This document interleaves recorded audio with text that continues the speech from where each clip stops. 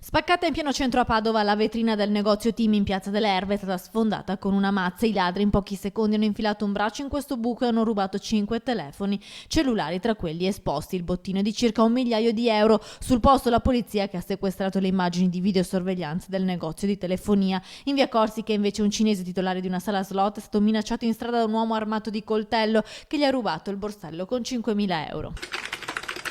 Una valigetta con gioielli per un valore di €50.000 è scomparsa nel nulla. È accaduto ad una commerciante ambulante che ieri esponeva la sua merce al tradizionale mercato dell'antiquariato di Piazzola.